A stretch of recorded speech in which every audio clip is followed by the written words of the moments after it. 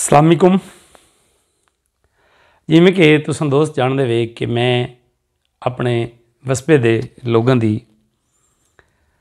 मुख्तलिफ हवाले नाल ट्रेनिंग करते रह मैंने मुख्तलिफ गाली नाल मुख्तलिफ मिसालों नाल।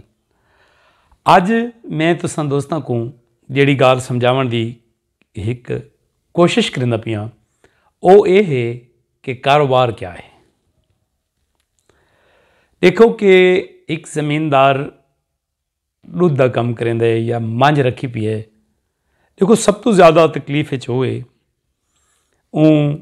गर्मी तो सर्दी तो धुप तो छां तो त्रे तो मंझ को बचाना है, उन्नियां जरूरियात का ख्याल रखना है, अपने आप को मुश्किल काम करेंदा है, घाह कप आंदा है, भूं चा आंदा है।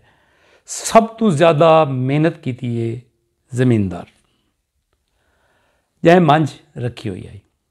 हुण मंझ ने खीर लिता है, उन खीर वेच है 100 रुपये लीटर या 100 रुपये किलो।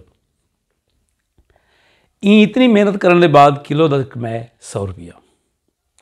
हुण एक बंदा सवेरे सवेरे उठा है, वो अपने ड्रमियाँ धोतियां और ऊँ खीर को चाहता है, इतों गिन के वो शहर च बन के वो वेच लेते। वो वेच है 130 रुपये किलो, यानी वो 30 रुपये बचे।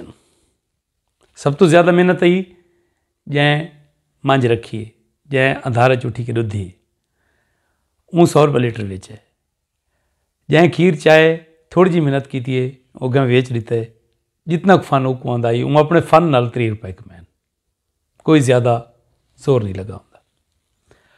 हुण वो खीर एक होटल वाले 8 कप बनाए 1 किलो दे और 5000 रुपये कप वेचे, 400 रुपया कमाए। 130 रुपये गिन के 400 रुपया कमाए। थोड़ा जिहा जहन लड़ाए और 400 रुपया, यानी 130 नाल 300 रुपया कमाए या 270 रुपये कमाए।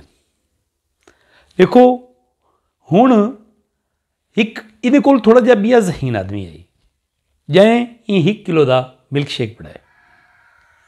उहदे च दूध पाता है, थोड़े जे अंब पाते हैं, उस तो बाद थोड़ी जी चीनी पाती है, वो थोड़ा जिहा इन्वेस्ट किया है, एक मशीन घिन के रखी है जूसर। जिहड़े वेले मिल्क शेक बनाए तो वो मिल्क शेक सर्व किया है तो दोस्तों 6 गिलास बनाए, 600 रुपया कमाए। देखो कि जिमें जिमें थोड़ी सोच बढ़ती गई है, मेहनत घटती गई है, पैसा ज़्यादा थी ना गए। अच्छा हुण वो दुध जिहड़ा सब तो मुश्किल नाल पैदा किया है किसान ने, वो घिन गई है नेस्ले कंपनी। उन्हें बन के वो प्रोसैस किया है। प्रोसैस करने के बाद उन्हें ड्राई फॉर्म दे विच यानी सुक्का दूध घिन के आया। उन्हें बेचा है यानी 400 ग्राम का डब्बा 1200 रुपये का किलो चूँ।